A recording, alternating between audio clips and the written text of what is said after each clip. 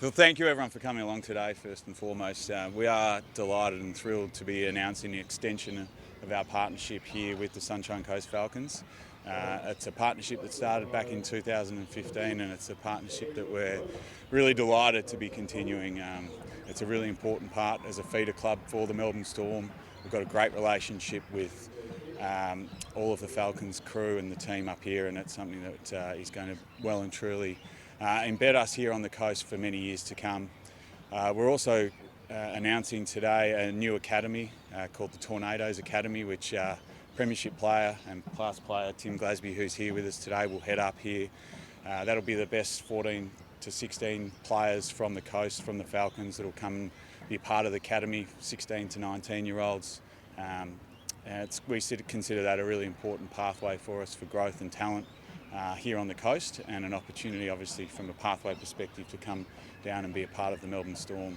The best few players from the Tornadoes Academy will be invited down to our camp in Geelong, which Frank tells me it won't be a pleasurable experience for them, Frank, but obviously a great opportunity for young talent from this region to be a part of the Melbourne Storm system. We're also really excited to be announcing that we'll continue to come up to this region, to the Sunshine Coast, each year for our camp. We've had a great relationship here, obviously last year hubbing here at Twin Waters, and then again this year we've been here for the last couple of weeks as part of that camp, training camp, and we're looking forward to continuing that relationship and partnership well into the future. We have a great connection here on the coast. We have our Sunshine Coast Lightning netball team here who had a great victory on the weekend on Sunday. We've got a lot of fans, we've got a lot of members. I think last year we had over 3,000 members here on the Sunshine Coast. This year we're up towards 2,000 already, and hoping obviously to increase that again in the next few weeks and months. So we're really excited to be here. Obviously we've got representatives from all stakeholders up here, and we're happy to take any questions. So I'm guessing this means the feeder affiliation with the Falcons is going to be around for a few more years yet? Yeah, absolutely. The feeder affiliation will be around till at least 2024 with the Falcons and the Melbourne Storm, and yeah, it's a really exciting partnership for us, and it's been really fruitful. We've had a number of homegrown talent now, players coming through. We saw Trent Loiero on the weekend score his first try for the Melbourne Storm, a great success story from up here on the coast, and we're really confident that through academies like the Tornadoes and through partnerships like the one we have with the Falcons, that we're going to continue to be able to develop young talent from this region, bring them through our system, through our pathways, and hopefully they become premiership players with the Melbourne Storm in the future. Has this been something that you've been looking to sort of progress over the last few years, or is it just now that, you know, the affiliation with the Sunshine Coast coming up here so frequently? Is that the main reason you wanted to do it now? Or? I think it's been a gradual partnership that we've continued to strengthen over many years with the Sunshine Coast Lightning, with the Falcons, with our presence here last year through the COVID situation, the talent that we've been able to develop through this region. You put all of those things together, as well as the commercial opportunities through a number of partnerships that we've been able to establish up here. Our relationship with the Sunshine Coast Council, which has only gone from strength to strength, and something that we're looking to continue as well. You put all of that together, this is well and truly our home away from home, and we want to make it even bigger and better in years to come. This is a great rugby league part of Australia, and something that from a Melbourne Storm perspective we want to continue to tap into, but we're doing it in a way that we feel is genuine and authentic. We have a really great connection here. Our open training last week, I'm sure plenty of you guys were there. There was heaps of fans there, and we want to continue that for many years to come. Have you seen a spike in local membership purchases since you've been up here? Or? We have, absolutely. Last year we had over 3,500 members from the local region. This year we're heading up towards 2,000. I know the Lightning are heading towards 3,000 members themselves. So as an organisation, we're starting to build a really strong fan base up here, and that's something that we want to continue to grow. And we feel that partnerships like this with the Falcons and the creation of academies like the Tornadoes will help us continue to do that. I guess with Redcliffe potentially having an NRL team in the near future, do you expect to have to fight for talent? Well, there's absolutely the potential for that. There's obviously a lot of water to go under the bridge yet in terms of expansion in the NRL. We have a commitment here on the Sunshine Coast We know there's a lot of great talent here. I mean, there's a carnival on at the moment, and you only have to look around to see that. So, a part of our commitment to this region is to continue to work with the Falcons, to continue to develop talent. And, if that ends up being, if that ends up meaning that, we're fighting for players with Redcliffe, well, so be it. But we're committed here until 2024 and hopefully a lot longer after that. Justin, any sort of foresight on maybe bringing a premiership game to Sunshine Coast? They're obviously very successful here last year when you had to play the games here. Yeah, we won 6 from 6 here, so it's a very happy stomping ground for us. Look, it's an option in the future. We currently play 11 of our home games in Melbourne and Amy Park, and one of our home games we play as part of the Magic Round down in Brisbane. We're open to exploring it. Look, there's a whole range of scenarios that would have to be put in place for that to happen, but this is a great space, it's a great stadium, we have had a lot of success here, and we're open to exploring that. Would you be happy to be the away team when South Sydney brings their game here? Absolutely we would. Lock that in whenever you like. Look, just on behalf of the Falcons and the board and our hard-working CEO Chris Flannery, this is a great moment for the Falcons and for rugby league on the Sunshine Coast. To go to 2024, it sort of gives us, we're certain we've got a good solid future with Melbourne, and it's great for our players, great for our club. But we're here today with a backdrop of school rugby league, and one of the reasons the Falcons was started back in the day was to stop our players going down the road to Brisbane and going down the road to Redcliffe, and actually keep them on the coast. Well, Melbourne, with their affiliation with us, has actually reversed that. We're actually getting players come to the Sunshine Coast so they actually can go and play for Melbourne if they're good enough. And of course, with Trent Lareiro and Tyson Smoothie, 2 of our locals this year have actually played NRL. So that's what this was set up for in the first place, the Falcons. And Melbourne have been the benefit to the rugby league on the coast and to the Falcons. If it wasn't for Melbourne and probably the QRL, we wouldn't be here. So we're very excited, and I thank them, Frank Panisi and the club, for their professionalism.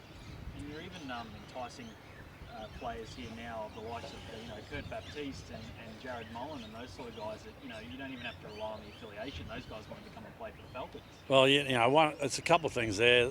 Like within one of the few clubs that haven't got a Leagues club or a community club, which we're trying to do. At this stage, we're not much success. So we're not one of those cashed up clubs in Brisbane. So having the affiliation with the Storm and the culture of the Storm and the way the Storm operate, you've only got to go to a training session to see the way their players actually operate outside training, as in the way they in the community.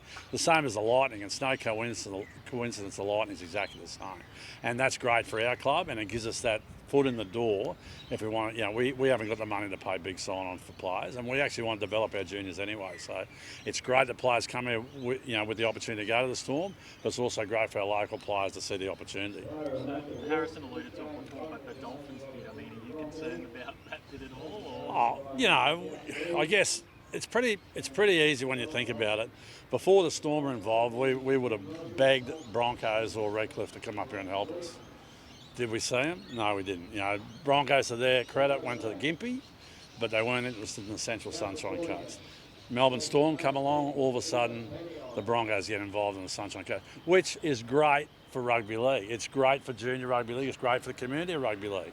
And then, of course, Redcliffe, I imagine, will be the same thing. All of a sudden, Redcliffe will want to be, if they're the successful bidder, will want to be involved in the Sunshine Coast. Again, it's great for the game and it gives more opportunity for kids, but the Falcons is the Falcons, and right now, we're really happy to be affiliated with Melbourne. Can you tell us the story of how the affiliation came about? I know you were pretty integral in starting it all. I think maybe Chris, it's probably had a little bit more to do with Chris and myself, but I remember when the Melbourne came up for a trial game, and I was actually sitting with the coach, and he was in one of his better moods, and we started talking about what a struggle it is up here, locally. And it sort of started from that, and eventually we managed to do a deal where they sent us some of their players that were actually Victorian players that weren't playing in the system at all, and it started from there. Well, we were really lucky when they relocated them, the 20s, to here, and it's been a long, hard journey, and and the Falcons, we have our moments. We went through a season nearly undefeated, This season's going to be a little bit tougher, but the good thing about it is, we've actually improved in what we do. We've got great sponsorship thanks to Chris Flannery and our committees and board. But, we're a lot better. We're a much better organisation than we were before we met the Storm.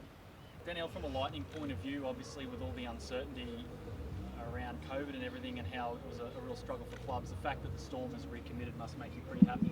Yeah, absolutely. Obviously, Storm is our major owner along with USC, and it's been a wonderful partnership for coming into our 5th season now.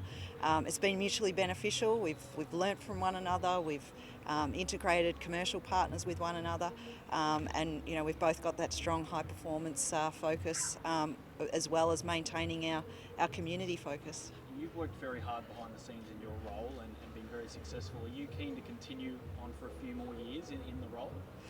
Yeah, absolutely. I love living on the coast. I joke that I call myself a Queenslander now. Don't have any real ambitions to move back to Melbourne, but there's lots of opportunities on the Sunshine Coast and Queensland generally with Lightning, with Storm, and with so much happening in the sporting world as well. Olympics around the corner, hopefully. That's all I needed, Dan. Okay, Thanks for that. great. What's your first move now that you're sort of spearheading these Tornadoes? Well, I suppose the first move will be putting together a squad. We've got a fair idea from the Mal Meninga and the Cyril Connell seasons that have finished up. Colts are rolling along well now, so we've had a good look at those competitions, and the schoolboys will be starting soon, and they obviously have their rep stuff this week. So we'll get a squad together and then start getting that going. When do you think that you'll sort of start working together in the squad? The plan is to kick off in mid-June. The season's half over by now, so you want to get it going as soon as we can. So, we're looking at some dates in mid-June, and I suppose we'll finalise our squad in the next week or two and then get it going. Can I just ask you, mate, obviously you've probably seen what's happened in the NRL, the round gone, the round before that, the crackdown on the high shots. They're being very, very strict on it. As somebody that had to retire early from the game, do you think it's the right thing the NRL's doing? Look, I'm not across it enough to be able to comment. I'm sorry. I don't, at the end of the day, the NRL's trying to look after players, and it might change the game a bit. I'm not really sure, but I'm sure they've got research and a lot more going about it than what I can say. So, I don't really know. That's all right. I just had to ask you. Thanks. Yeah, that's all right. You're good? How did you Sweet, feel, thanks. Tim, when you got the tap on the shoulder and the guys asked you to take control of the Tornadoes? I was over the moon. I was when Frank called about this role. Dane Campbell was in the role before me, and he's moved on. So, I was very excited to be able to come up here and be working back with the Storm and in footy again, which is obviously when you finish playing, you want to be able to stay involved in some way, and I planned on doing that. So now I'm really involved, so it's good. Awesome. Thank you. Sweet, thanks, Tim. Thanks, guys. We're good. All right, we'll get some